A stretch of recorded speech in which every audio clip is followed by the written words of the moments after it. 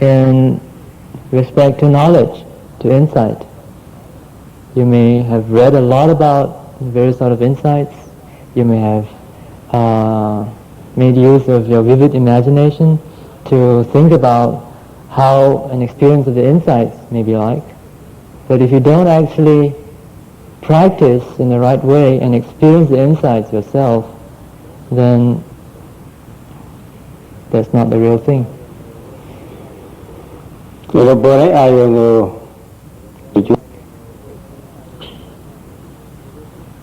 With the diligent application of accurate aim and actual rubbing of your mind onto the object of meditation,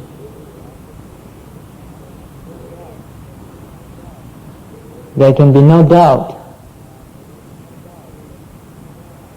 that eventually wisdom or insight will be able to unfold. That sort of insight or wisdom is in intuitive understanding, comprehension of the Paramattha Dhammas. As you try to activate that penetrative mindfulness from moment to moment, will you be able to actually experience that sort of intuitive insight.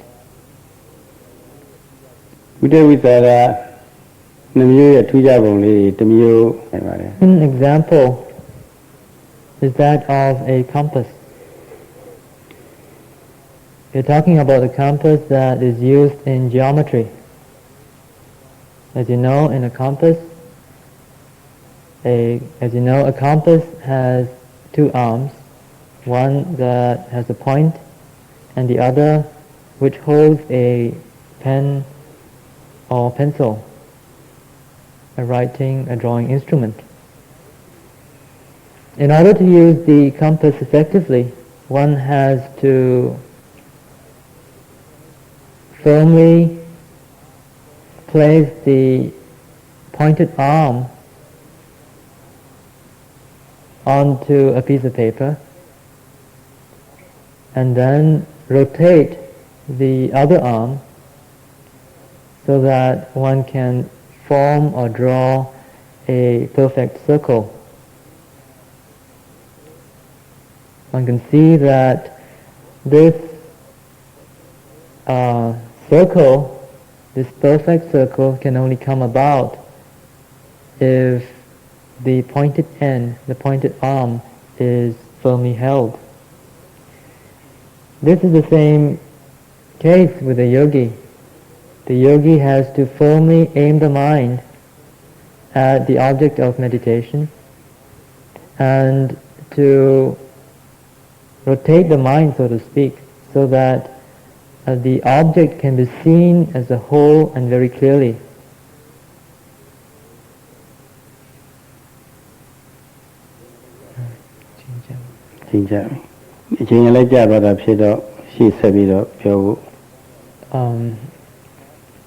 Sarah would like to conclude tonight's talk, hoping that all of you will be able to apply these two very important factors of mind, of vitakka and vichara, being able to aim the mind very carefully at the object of meditation and to rub it real well so that you can see it very clearly and penetrate into its true nature. And thus you will be able to go through the various stages of insight and realize nirvana.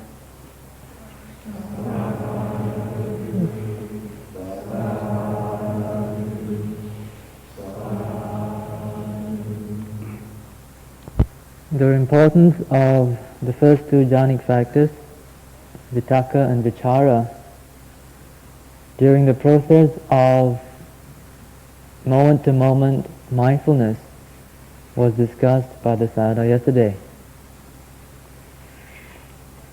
This activation of these two jhanic factors is essential both for samatha meditation as well as vipassana meditation. In tranquility meditation, the development of these two jhanic factors of vitakka and vichara will eventually lead to the attainment of the first jhana. Similarly, in vipassana practice, the proper development of these two jhanic factors will lead to vipassana jhana as well as insight.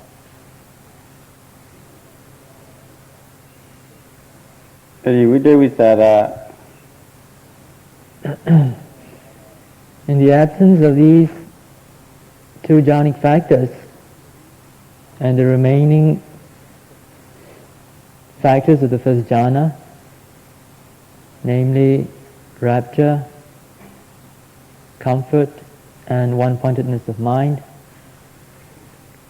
beings are continually being bombarded by objects of the senses, by sensual objects, as well as the kilesas, primarily greed and desire, which long for the sensual pleasures. The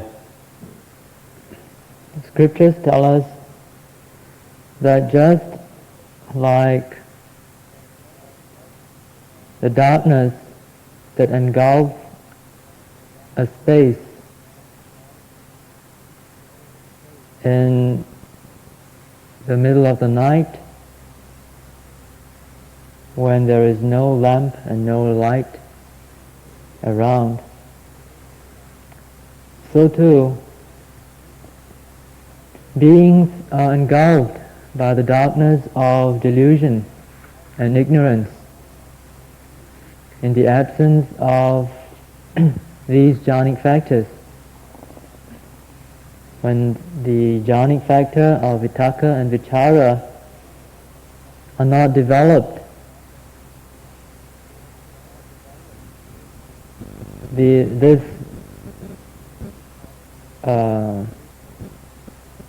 quality of mind, this absorption of mind in the object of noting, in the object of meditation, cannot be achieved.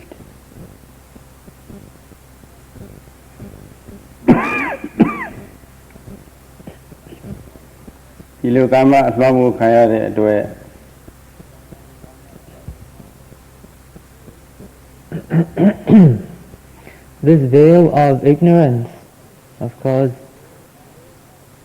implies that the minds of beings are also being engulfed by sensual pleasures. At every moment of seeing, of hearing, of smelling, eating, touching, thinking, the mind is continually seeking and grasping after objects of pleasure.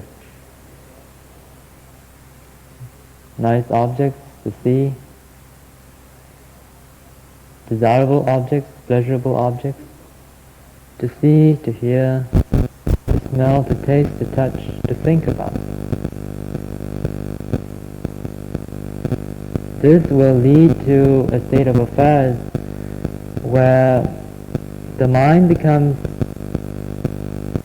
so enmeshed in sensual pleasures that it will be difficult to renounce sensual pleasures. So beings spend their time throughout the day, throughout their waking hours, hankering after all these sensual pleasures, seeking and grasping and clinging. If one is unable to let go of these sensual pleasures, it will be difficult to even appreciate the fact that there is another sort of happiness that goes beyond the sensual pleasures, or the happiness that is derived from sensual pleasures, which one is so familiar with. For such a person, any talk about meditation that will lead to a higher sort of happiness will seem quite unintelligible to him or to her. Such a person will not have the slightest interest in meditation that will lead to a higher sort of happiness which is quite free from the influence of sensual pleasures. အဲ့ဒီဝိတုကာမတွေကိုလိုချင်တဲ့ကာမိသံ The first type of hindrance that is encountered in the course of meditation is called kamachanda, which means sensual desire. As long as the mind is continually being seduced by the temptations of the senses, there will not be any possibility for it to stay steadily observing a particular object of meditation. Again and again, the mind will be drawn away by the desire for this and for that, and so forth. အဲ့ဒီလိုကာမိသနာនិဝရဏတွေရှိနေရဲ့ Pamataji music. ကာမိသနာတွေးဆောင်ခံရတဲ့စိတ်နော်အဲ့ဒီဟာကိုမပယ်နိုင်တော့ပယ်ဖို့ရအတွက်လမ်းကြောင်းမှမရောက်နိုင်တော့ So the mind that is under the influence of this hindrance of sensual desire will never be able to go beyond sensual pleasures. It will always be immersed in sensual pleasures, and as such, it will never be able to embark upon the path of practice, upon the right path of practice that can go beyond, that can transcend common sensual pleasures and lead to a more fulfilling sort of happiness. ခါတစ်ခါမှာမကျင်တတ်เสียအာယုန်တွေနဲ့ At other times, one may be hit by the second hindrance, which is called vyapada, or aggression, aversion, anger. In the course of your meditation, you may at times come across some object which is quite undesirable, which is not at all pleasurable, which you find very irritating. Upon contact with that object, your mind is certainly filled with aversion, with irritation, agitation, aversion, anger, and all various forms of that state of mind. When that happens, again, one can see how futile it would be for the mind to be concentrated, because it would be led astray by that force of aversion. ခါတစ်ခါမှာစိတ်ရဲ့ထိုင်မှန်မှုပေါ့ Sometimes one is assaulted by a certain attack of sloth and torpor, of drowsiness, sleepiness. Again, that makes the mind very unworkable. It becomes very sluggish. One is unable to attend to the object of meditation, and it is a space where one's alertness and vigilance is completely absent. စိတ်ဟာလည်းပဲအာယုံကောင်းပေါ်မှာမကတ်တော့ Another hindrance to watch out for is uddhacca kukkacca, which means restlessness and agitation. The mind is unable to stay one-pointed at a particular object of meditation, but is scattered and dissipated. It is dispersed, and it is a very sort of frivolous mind that flirts with one object and another. Sometimes one has a certain reminiscence of past deeds, and that one can get carried away by that and get into a whole story of remorse and regret and so forth. All these will cause agitation in the mind. So this is another form of hindrance, restlessness and worry. တခါတခါမှလည်းပဲ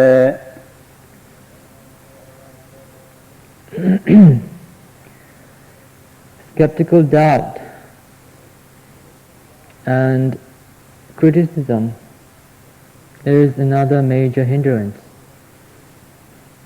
In the course of your practice, you may have experienced certain times when you are filled with a whole barrage of doubts. You doubt yourself, you doubt the method, you doubt the teacher.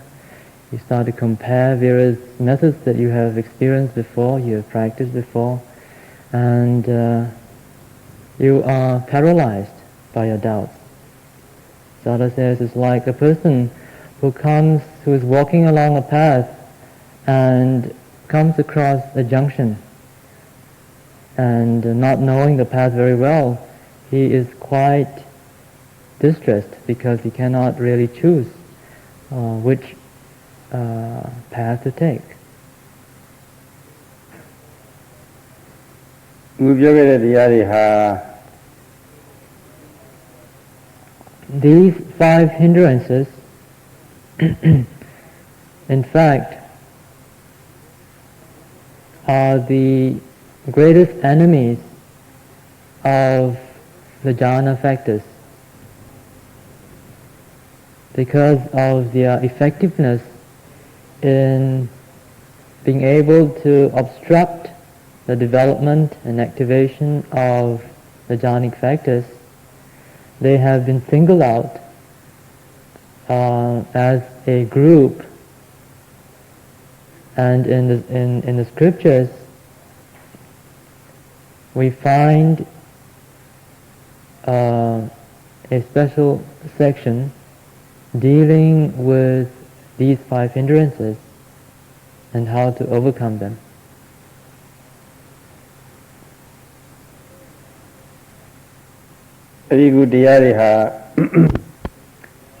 As it was mentioned earlier, if these 5 jhanic factors are not activated, are not maintained, then one will be engulfed by these 5 hindrances, just like a room is engulfed by total darkness in the absence of light. As we are all beings in the central world, in this central sphere,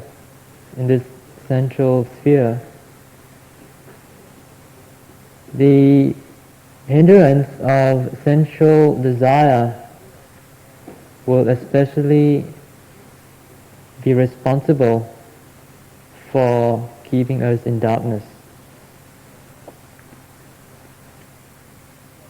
အခုဝိပဿနာစာ The direct antidote for the first hindrance of sensual desire is concentration, one-pointedness of mind. It will be perhaps clear to you, all yogis here who are meditating in order to experience and develop this, in order to develop and experience this Vipassana jhana, that when your mind is concentrated on a particular object of meditation, then one is not filled with other thoughts. One is not filled by desires for sights or sounds and so forth. When the mind is one-pointed, it follows that the scattered mind, the dispersed mind, the dissipated mind will not be able to occur.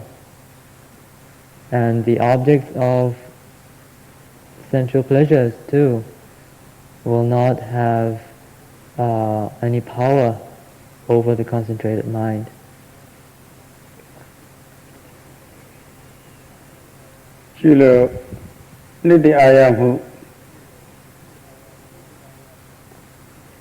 With continued mindfulness and deepening of practice, one may be filled with joy and rapture and deep interest as we continue to be mindful of whatever arises. At that point, when joy and rapture is present, it is not possible for anger or aggression and associated mental states to infiltrate into our minds. So this is, and therefore, in the scriptures it is said that rapture or joy is the antidote for aversion and associated mental states. Now, နေတာထိုင်တာရှိတဲ့အခါအထူးအားဖြင့် When meditation becomes well developed or developed to some extent, one can be filled with a great sense of comfort. There is comfort in the body as well as in the mind. This is especially so when one is trying to note, or one has been successful in watching and noting unpleasant sensations, painful sensations in one's body. Upon the moment of conquering pain, and pain disappears from the body, there is a very exhilarating experience of comfort in body and mind. Now that comfort is the direct antidote for restlessness and anxiety. It is very apparent, very clear, that when there is physical and mental comfort, the mind will not be restless nor anxious about anything. ဒါ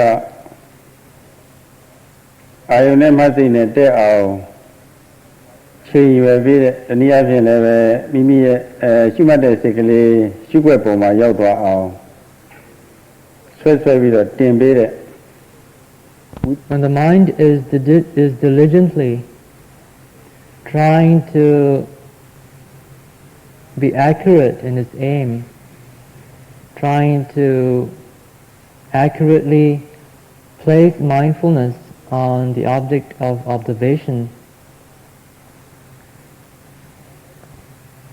the quality of vitakka has the power of opening the mind, of expanding the mind, of freshening the mind. This is in contrast to the quality of, or to the power of sloth and torpor that will make the mind constricted and withered. So when the mind is attacked by sluggishness or drowsiness, you can take it that the mind has been constricted and withered. And in order to open it up, in order to freshen it, to make it more alive, this antidote of vitakka, of accurate aim, is very effective. When vitakka is present, continually trying to aim the mind so that it can be accurately placed on the object of observation. Vichara, or the second jhanic factor, will also occur when the mind actually hits the target, when the mind actually impinges on the object of observation. The rubbing process, the impinging and rubbing process of vitakka, of vichara, ensures that the mind is continually stuck to the object of observation from moment to moment. With each moment of vitakka, there is a corresponding or a simultaneous moment of vichara, and this is continued, unbroken from moment to moment. This ensures that the mind is quite fixed and stuck to the object of observation. Now, on the other hand, doubt is actually indecisiveness of mind. Doubt signifies a state of mind that is indecisive. The mind is unable to fix itself on a particular object. It is running off here and there and considering various possibilities and unable to come to a decision.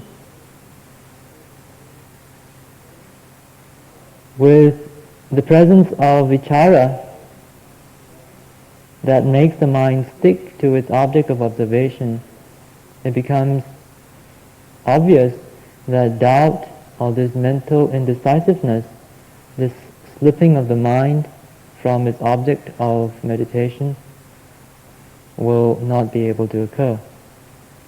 It is therefore said that vichara is the perfect antidote for doubts.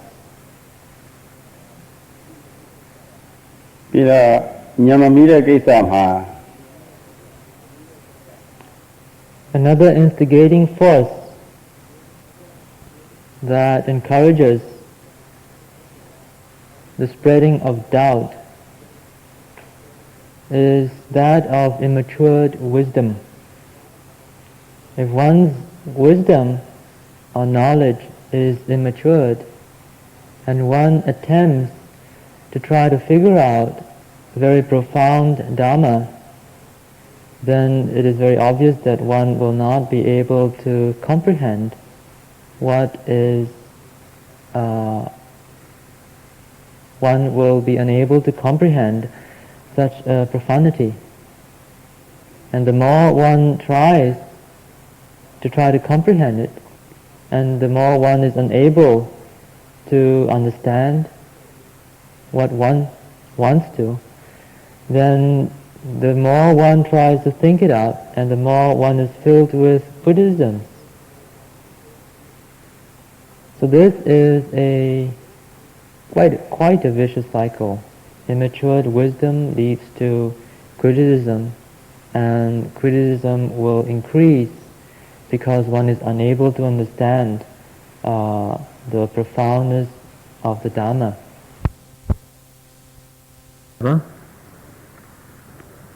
Where the mind is continually and continuously being stuck to its object of meditation from moment to moment, there will not be any chance at all for such criticisms to arise. အခုပြောခဲ့တဲ့ဒီဝေဒနာတရား၅ပါး yes. So these direct antidotes of the 5 hindrances are to be found in none other than the 5 factors of the first jhana: Vitakka, Vichara, joy, comfort, one-pointedness of mind. As far as Vipassana jnana is concerned, Vipassana insight, the first occurs in the insight called Samasana jnana. It's sometimes translated as comprehension knowledge. Some of you yogis are using the in and out at your nostrils as a primary object, and some of you are using the rise and fall of the abdomen. Whichever it may be, as long as you are able to keep your attention on the rise and fall of the in and out from the very beginning of its occurrence until the very end, and developing that penetrative and accurate mindfulness from moment to moment in an unbroken, continuous manner, then you may come to know, or you may come to notice that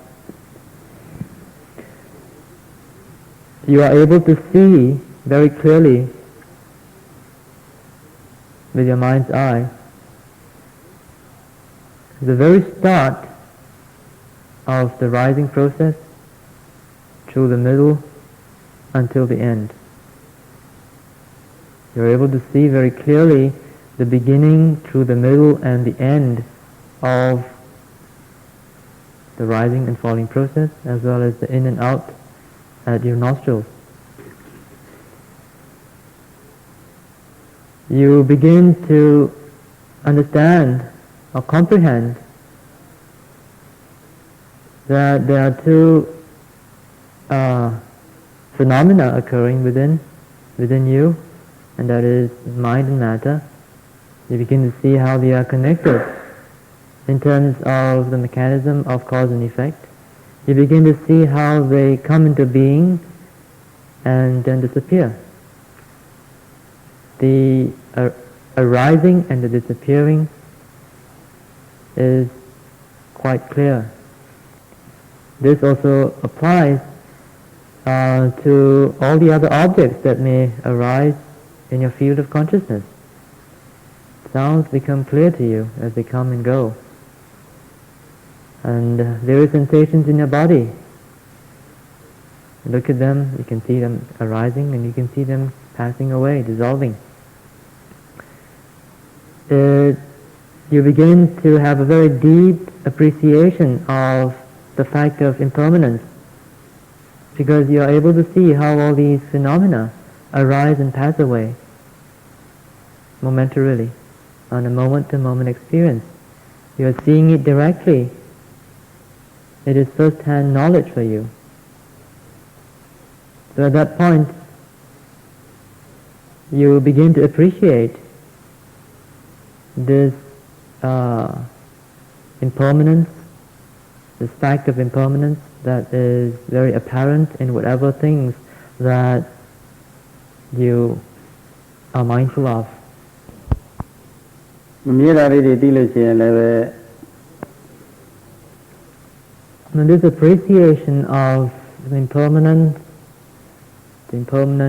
nature of whatever that arises in your field of consciousness occurs within you, then one is filled by a great sense of satisfaction.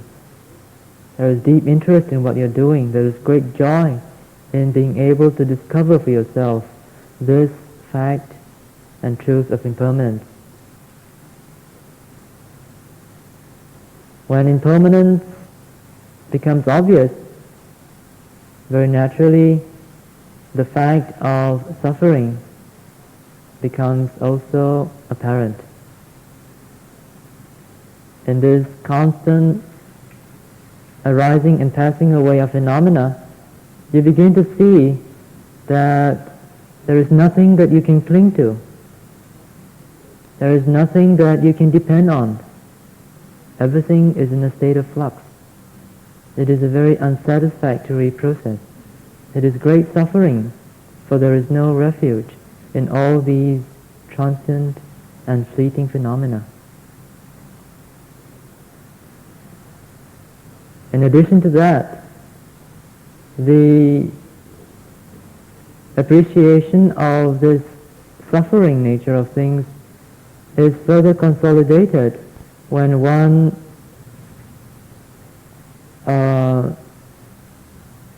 confronts painful sensations within us. At this point, painful sensations become a very interesting object of meditation. One is able to look at them and be able to stay with them without reacting to them. One can see how these painful sensations do not actually last for a long time. They are not continuous, unchanging sensations. For when one is able to look closer and deeply enough, one can see through the illusion of continuity. As one watches painful sensations, one can see how they change from moment to moment, how the heat changes, how the mass of pressure or throbbing pain changes as you look at it, in texture, in shape, in intensity, in whatever it is. It just comes and goes and changes, and finally, in a climax, the mind is able to see the actual disappearing or breaking up or disintegrating of that pain. It suddenly disappears from your field of vision. It is no longer there. One is filled by a certain surge of joy and exhilaration. It is a great conquest, and the body is really nice and calm and cool and most comfortable.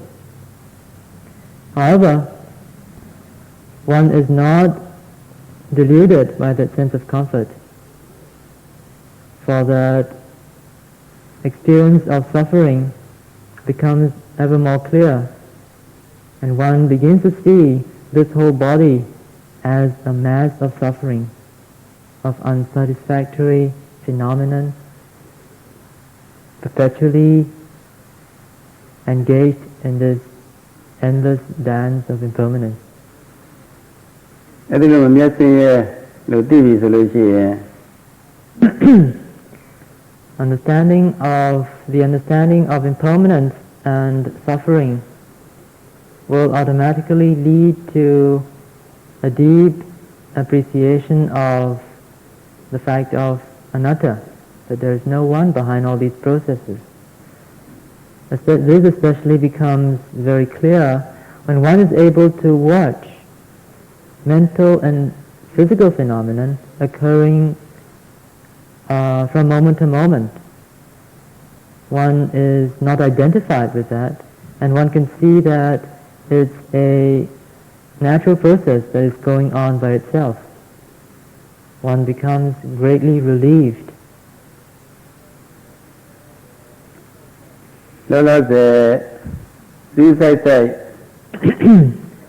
And these three characteristics of all mental and physical phenomena become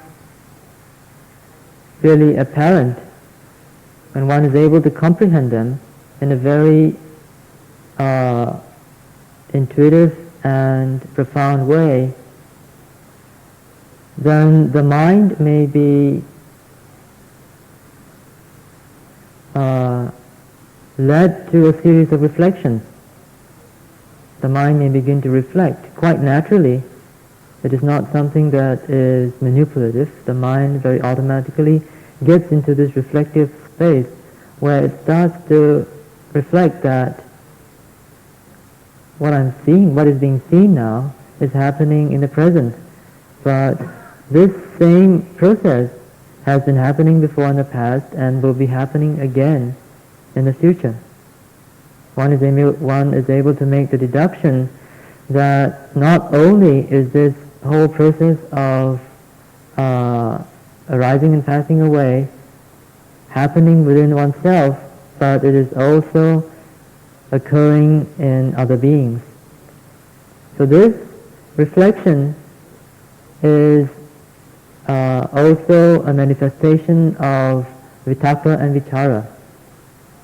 And it is because one reflects and comes to a conclusion, a decision, that it is called samasana jnana, which is actually a verified and knowledge of comprehension.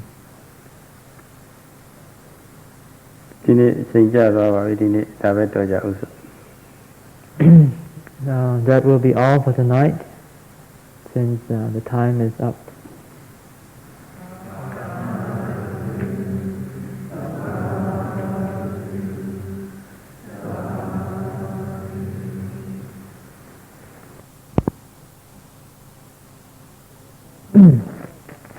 It was said last night that the first Vipassana jhana occurs at the start of the insight called knowledge by comprehension. The Sayadaw discussed at some length last night the actual nature of that insight in very practical terms. However, the explanation given yesterday is not quite complete. Today, the Sayadaw will attempt to further elaborate on the subject. At this point, it will be very useful and relevant to deal with three terminologies of anicca, anicca lakkhana, and anicca nupassana. An understanding of these three terms will be very helpful in comprehending this first Vipassana jhana.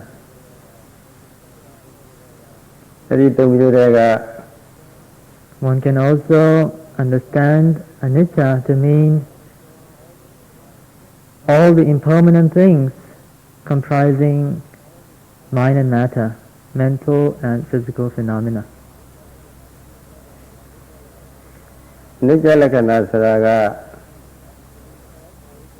The characteristic of arising and then falling away, arising and dissolving, is called anicca lakkhana, characteristic of impermanence.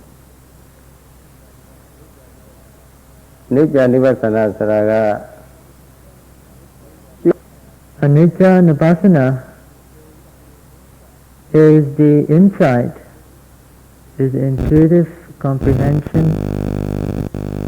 is the intuitive knowledge that realizes the fact of impermanence as one is involved in noting a particular object and seeing it dissolving. ဒီစကားစုမှာပြုတ်ွယ်သွားတာ It is especially important to note the point that this anicca nupassana, this contemplation or understanding of impermanence, only occurs when one sees the dissolving of a phenomena, the passing away of a phenomena.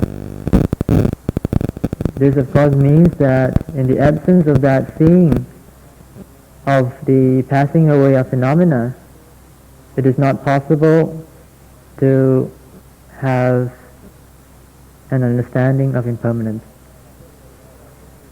ပြုတ်ွယ်သွားတာကိုတွေ့ဆိုတာကပေါ်လာတယ် It is worthwhile to question this particular sort of insight. Will it be justified to say that insight has occurred because one has read about the impermanent nature of things, one has read about how phenomena arises and then passes away? Or will it be justified to say that insight has occurred merely because your teacher says so, says that all things pass away? Or is it because of one's own reflection, one's own reasoning, one's own deduction that everything that arises must of necessity pass away? Well, the answer to all these questions is no. That is not true insight. True insight occurs only in the presence of a non-thinking and bare awareness of the present moment of the passing away of phenomena. ပုံစံတစ်ခုထုတ်ရမယ်ဆိုရင် To make it easier for you to understand the point, Sayadaw would like to draw your attention to your own practice. Say you're watching your rising and falling. You're watching the rising and falling in the abdomen. At the moment of rising, or while you are being mindful of the rising process, you may be aware of certain sensations of tautness or tenseness, expansion, movement, and so forth. If you can follow the rising process from the beginning until the end, and the ending of those sensations is clear to you, then we say that then it is possible for anicca nupassana to occur. In fact, the sensations that can be felt in the rising process are anicca. They are impermanent things. And an understanding, a realization of their impermanence can only occur when one actually sees their disappearance.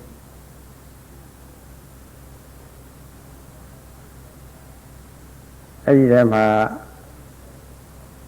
ဖောက်မှုခေါ်တဲ့တောက်တင်းလှုပ်ရှားတဲ့ the sensations that are occurring in the rising process, as was said earlier, are anicca. They are impermanent things. The characteristic of having appeared in the form of the beginning of the rising process and having passed away, having disappeared in the form of the end of the rising process, constitute anicca lakkhana, the characteristic of impermanence. When one is with the moment, one is present and mindfulness is following the rising process from the beginning until the end, and the end becomes really apparent, then at that point anicca nupassana occurs. ထို့သူပိနဲ့ခိုက်တာမှာလည်းပဲ This of course can also be applied to the falling process as well as to all the other processes which occur at the six sense doors. Everything that occurs in the process of seeing, hearing, tasting, smelling, touching, like touching here of course refers also to all the other sensations that you feel in your body, heat or cold or hardness or pain and so forth. Also to your miscellaneous activities, your bending, your stretching, your reaching out, your turning and walking and so forth. All these too are anicca. They are impermanent things.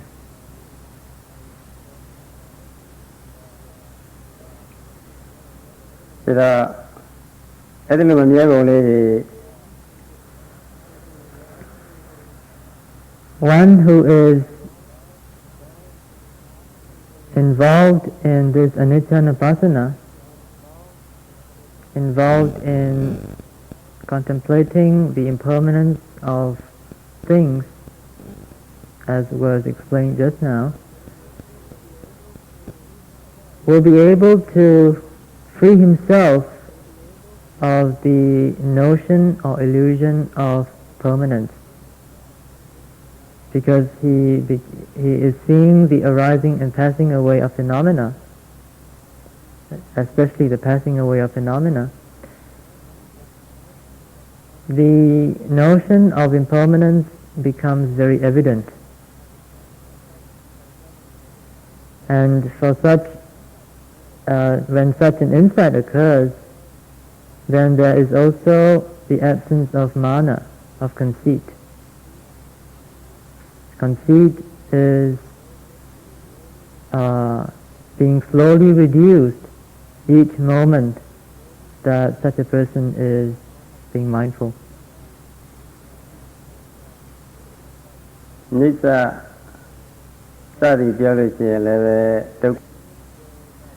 As you are dealing with anicca and anicca nupassana, including of course anicca lakkhana, it will also be necessary to deal with dukkha and anatta.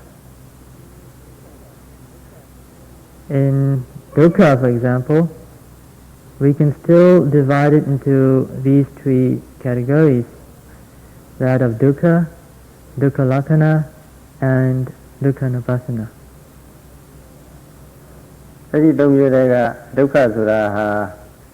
Dukkha is actually a synonym for anicca. It refers to all impermanent things. As it is said, whatever that is impermanent, that too is suffering. dukkha lakkhana saraga. The reason why it is called dukkha can be seen in its characteristics. The characteristic of dukkha is oppression by impermanence. It is precisely because all impermanent things arise and pass away from moment to moment that it constitutes a very oppressive situation. The mind, it is not possible to stop this passing away once a phenomena has arisen. Dukkha nibbana saraga. Dukkha nupassana jnana, or insight that contemplates or comprehends suffering, occurs when one notices the passing away of phenomena, but it is accompanied by a different flavor. Rather than having the sense or notion of impermanence, the flavor is one of suffering. When one beholds the arising and passing of phenomena, one is suddenly seized by a great realization that all these things are not dependable. They cannot be depended on. There is no refuge in them. They are very fearsome things. It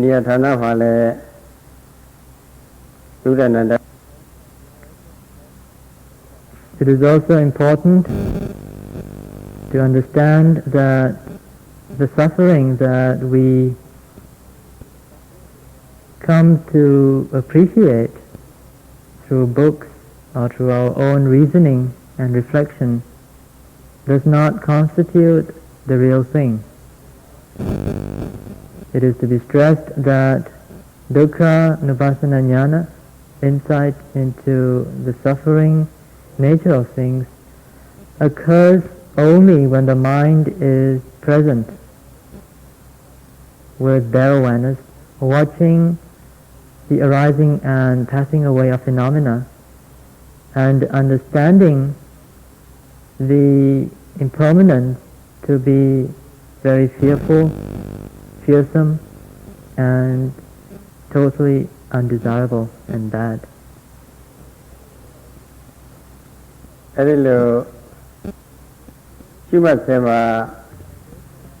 This realization of suffering that is inherent in all impermanent phenomena as we watch their arising and passing away can be tremendously powerful in the sense that it can eliminate the misconception or deluded view that all these things are pleasurable. Because one sees suffering, the illusion of pleasure is broken. When such an illusion is gone, it follows that craving also will not be able to arise. A discussion on anatta nupassana jnana, insight that comprehends the non-selfness of things, shall also have to be done with respect to three aspects of anatta, anatta lakkhana, and anatta nupassana.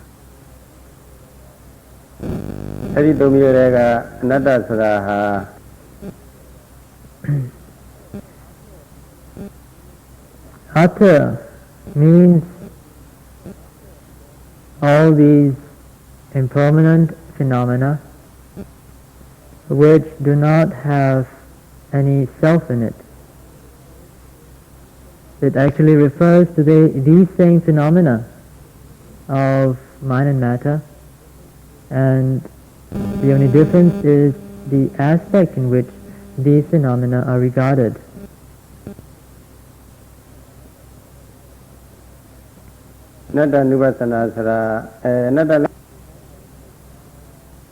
The characteristic of not happening according to one's own wishes is called anatta lakkhana.